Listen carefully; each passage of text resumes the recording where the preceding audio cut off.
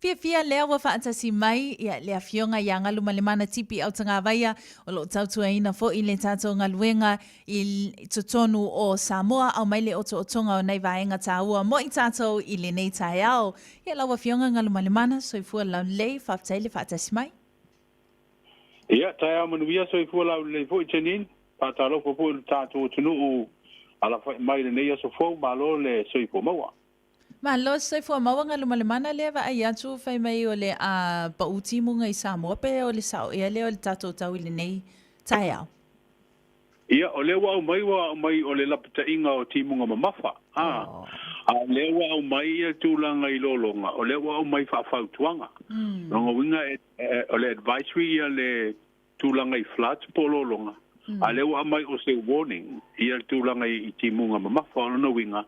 O leo so mai la tai au nei ai o te lo hui pe ia o na fina o so mai la ia la hui ma vela le au uli ia o tfoi le fia ki fa pena no fa ma no mai ma palasi timunga talo fai te mana umia a fai a onga wali tai mo le o ina o fana o pole sa o e le ngalu male mana ia o fina ngalo na o tato officer city po le pule city fo o mtanga luenga o onga ta longa manga no wa to mena miele o nanga faya onga ne wa usia ia te usanga foi nei e malolo li tai ai o te lo no le fa fita uli o le lava to ngao ma to i titi ia le o finga ruenga i ri mita mai te faya onga ia wa ma tau mai o li fa fita uli le wa fia foi le o nanga faya onga de tino ona ye ni se faya onga le umalanga i nga ruenga fa vai taimi ia o le no winga o le sina fa fita uli le wa fai nei matoa o le la ua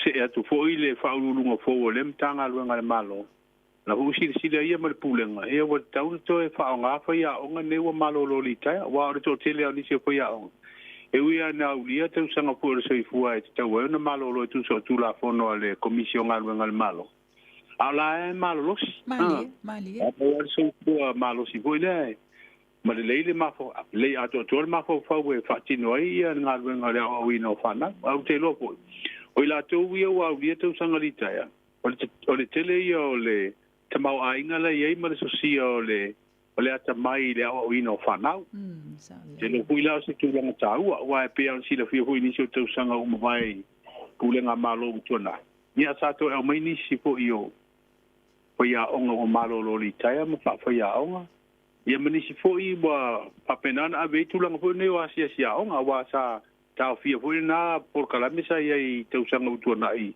o le ia le wa sia onga na te mate tu ina foi le fanga solongo wa onga tono se tu malo ia le uto ia tulanga i ia sia onga ia le voi la uto e fa malo sia ti di mai de mana mi o foi onga malo lolita a tono se tulanga le mataua a lava tato faya onga wili taia mo le sioki leon o iai faya onga.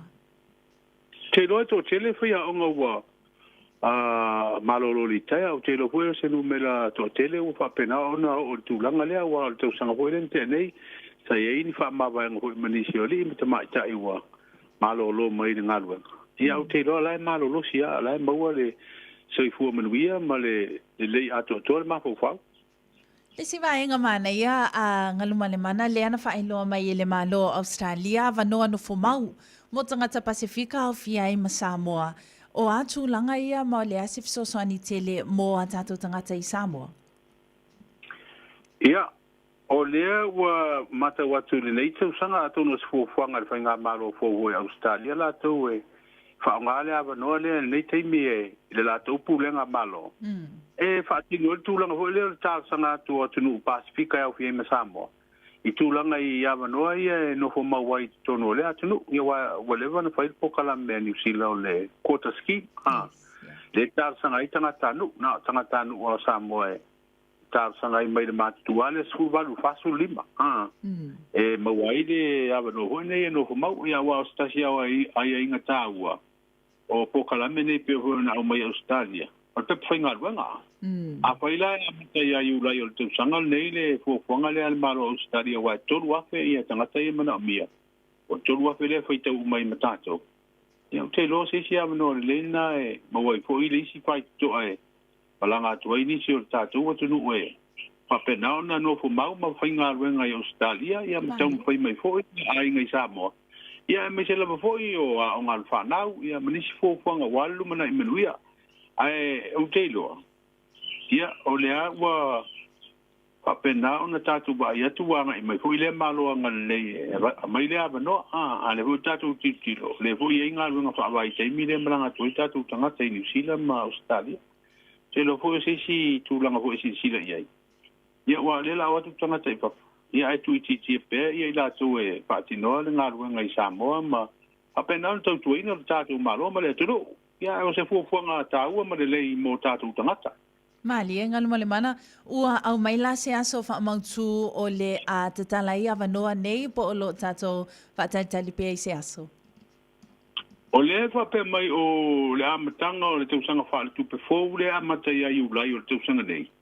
Le amata ina fa tino ia tu ina tu o tausanga. Wai fu ia inga mama me tauna tu ina tu hui nei e lango ai se tausanga e no fu mawa i Australia pe la fu no fa i New Zealand. Wa fa amari ina uma vanga na mesale pe fa inga ruanga. Ia o te loai. Te lo po le me le a misi ai le talia wale u fala. Au te lo fu pe pa vai tu pe fa se me volo se. Ni se vole pe vole se io le no fu mawa i New Zealand. Se ia tua le masini computer o laki lau numera ia o e wa laki. Ya, awa tu langa na le fa foi le malanga tu New Zealand la lo le pokala me le no fu mau New Zealand. Ya, de kura. Le siwa enga fa mo le nga lumale mana la fesilingi ele fai pole o fa sa le anga numero le 5 le tusi walongo atu ai le tau fio le toe maua o tupi o le poloketi tasi le miliona ta lape ma fai ona fa lau tele le vaenga. Ia, o le tulanga na sa iai fela fo inga fo tala fa au popo mo le tupele sa no iai sui fai pule fo i tu malo i te wa fianga tatu fo no au tu la fo no lento a matana. Le mate wa tu le fina ngalo le fai pule le fa sa le nga numero 5. Le fionga ia pesta te vanga vai fo. A fo.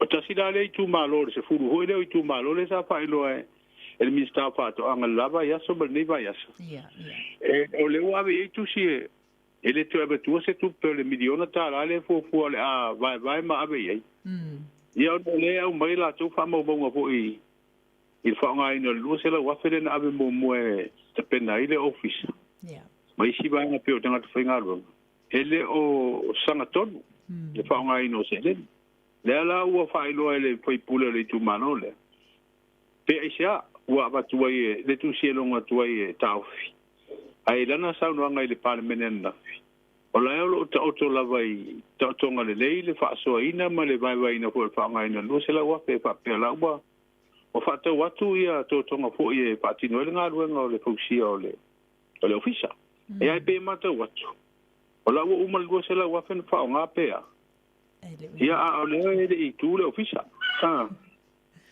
Pero isi tu pena wa le volan sa no ia le minister fato anga o yo le stasio minister tono o steering committee por committee le va ia fa nga yo le poloketi miliona dala fa mamla mai le i wa la mai fina ngalo foi pule fa sa le anga lima pe o le tu pena va tu tu fa ni ala fu tu fa menino a tini ko le sunga la ele yo le o tu pena tu no mai le malo ele e batu tu fa na batu fa tino ia inga ima muri ta ia inga le fa nga ino tupe wa le muri ta fa nga ino o tupe ne ia si fo ia ir malo mar komi ele tau to fa matu ia ni selen